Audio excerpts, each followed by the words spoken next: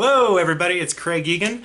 I am in Montana again, just checking in, giving you a little bit of an update on our stop yesterday in Idaho Falls, and then just some random thoughts. It was a good day yesterday. We got to the park that they were going to be set up at about an hour before they did, because we actually had a scheduled meeting with a representative from the Board of Health in Idaho, and the interview went great. It's on the YouTube, and we had a really good talk. Then the bus came and got set up in the parking lot.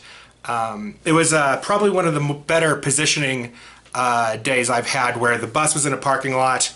The Vax crew was kind of on the other side of it in the park under one of the shelters, kind of like a picnic shelter, to stay out of the sun. They had their hats, their t-shirts, their whatever, their merch they've always got for sale set up there. And then I was actually more like on the sidewalk next to a road that had quite a bit of car traffic. So just little old me stood there with my picket sign, kind of walking up and down the road, waving at people. And I was surprised at how many people looked over, saw my simple sign that said "Vaccine Save Lives," gave me a huge thumbs up. One of them rolled down the window and yelled, "Yay, thank you!" And it's one of those reminders that sometimes we have to give ourselves, that when you get knee-deep in arguing with anti-vaxxers all the time, you start to worry about humanity a little bit. And the thing is if you post on an anti-vax page, "Hey, come to the park today and tell us how much vaccines suck," you're going to get people who are going to come out to do that. But if you sample just a normal, segment of the population, just people at the mall, people at the store, people walking down the street, everybody in the world thinks the anti-vaxxers are crazy. So it's a good reminder to be standing there and having the cars go by, and they were waving at me and honking and giving me the thumbs up. The Vax team did, like I showed in another video, they did send me a little gift basket, or they brought me over a little bag of stuff from the organic store down the street. And I was very thankful for that. Thank you again. It was a kind gesture. So that went okay. Then a car pulled up and came up to talk to me and asked me what I was doing and what the bus was doing, and I gave her a brief explanation. And it was clear that she was there for the bus. And she started talking about, well, have you ever had a vaccinated child? And, and I was like, well, okay, I know who I'm talking here. So we started to have a good conversation. She asked me what my problem was. I was like, well, I think they're spreading misinformation. And, just as one example, if you look at all the names on the bus, there's probably, 100 different types of stories on there. I mean, you can come in there and say, my kid got autism, my kid got diabetes, my kid got cancer, my kid got food allergies, or whatever, literally any claim.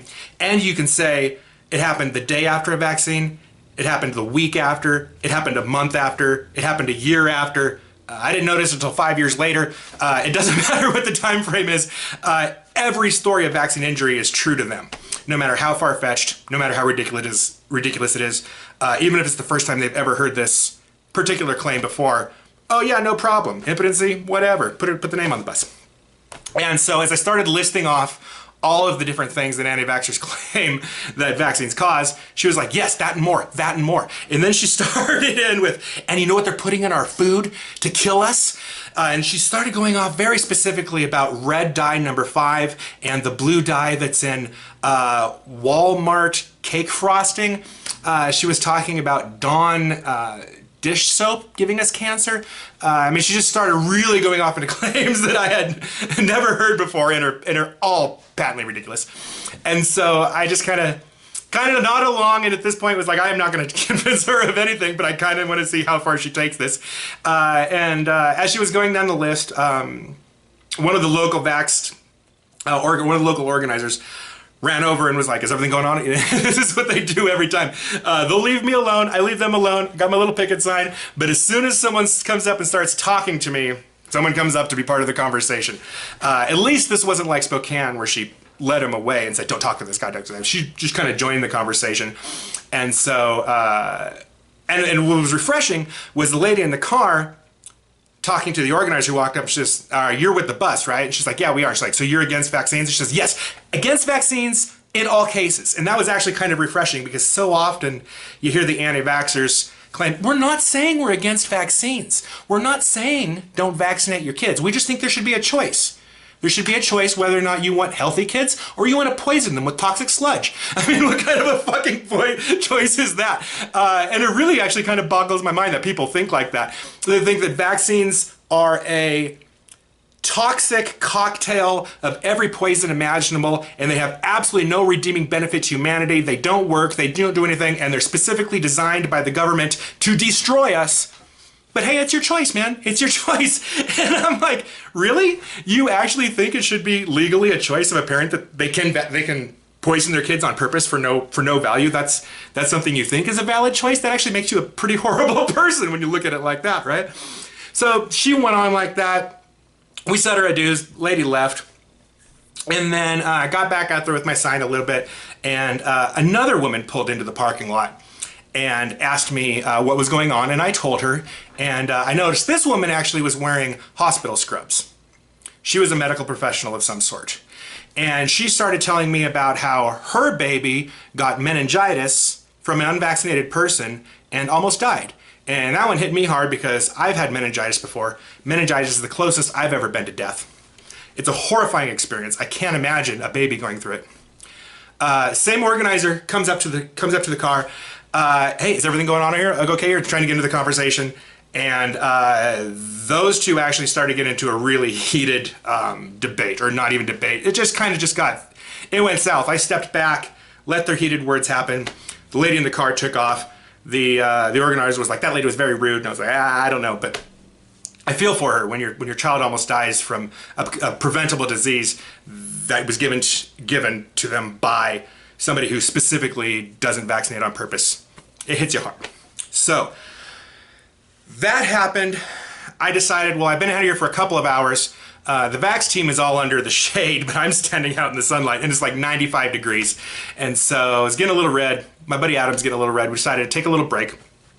I went over to a coffee shop to get some air, some cool down a little bit, and started looking through the videos that we had taped so far. We're in a coffee shop, and I didn't have a pair of headphones, so I was like, Adam, you wait here with your coffee. I'm gonna run over to Walgreens, grab myself a set of cheap headphones, which turned out to be called Toxics. They were great. They're Toxics headphones. I loved it. Bought them immediately. But as I'm standing there at Walgreens, ready to check out, this elderly gentleman is ahead of me, and he was 80 at least. He was definitely an older gentleman, and he was dressed sharp for 90-degree weather. He had a bow tie on, he had suspenders on. He looked like the kind of guy you could sit there and he would tell you amazing stories right off the bat. And he turned around and saw me, and he saw my shirt that said Jonas Salk on it, and like his eyes lit up. He was like, Jonas Salk, true American hero. He says, I sat at his desk at this infectious disease institute on the East Coast, and he just like was just delighted that there was somebody 2 generations past him who knew who Jonas Salk was and was celebrating his hero status. And that's actually the second or third time that this happened on this tour, is I've had somebody, usually an older person, who was around when the polio vaccine came out, and then later went on to work in healthcare and especially infectious diseases, who just love my Jonas Salk shirt. So that again made me a little more happy with humanity. And so that was a very good exchange. So I got back to pick up Adam, and it was still hot out, and we'd been there for a few hours, and they were about to wrap up anyway, and so we just kind of called it a day. But it was good. We're on our way to, we're in Montana right now. There's going to be a signing or a storytelling type of event again tomorrow during the day, and then tomorrow night is their cocktail party and movie screening, which I've registered for. We'll see if they let me in, but I've got tickets, so we'll see how far that flies. But the one thing that really kind of bugs me, there's a couple things that really bug me, is so the whole Vaxxed bus started out with basically the premise of, come to us, tell us your story of how vaccines injured your child, put the name on the bus, bring the child we'll film them too. And now has turned into more of a collection of stories of that, but also for their sequel that they're working on, where parents will come in and compare the health of their vaccinated and unvaccinated children. So you have parents that are literally coming on to the bus and introducing their family in a way like, here's my kids, this is my perfect unvaccinated kid, and this is my damaged vaccinated kid. And that hurts my soul. Can you imagine being that kid? Can you imagine? That's more damaging than any vaccines do, is to introduce your kids as your damaged one. Can you imagine growing up like that, with your parents dragging you around onto these buses and putting you in front of a camera and talking about how damaged you are? It's super shitty parenting. I'm just gonna say it, it's super shitty.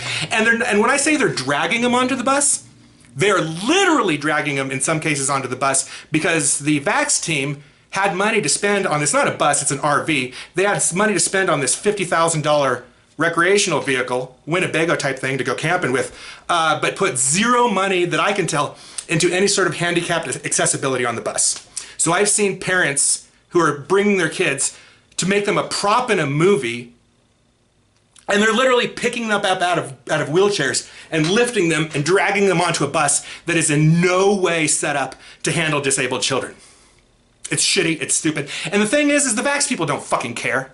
They don't care at all. They're not there for the kids. They don't care about the kids. They are there to make a movie and to make money. And these kids are props.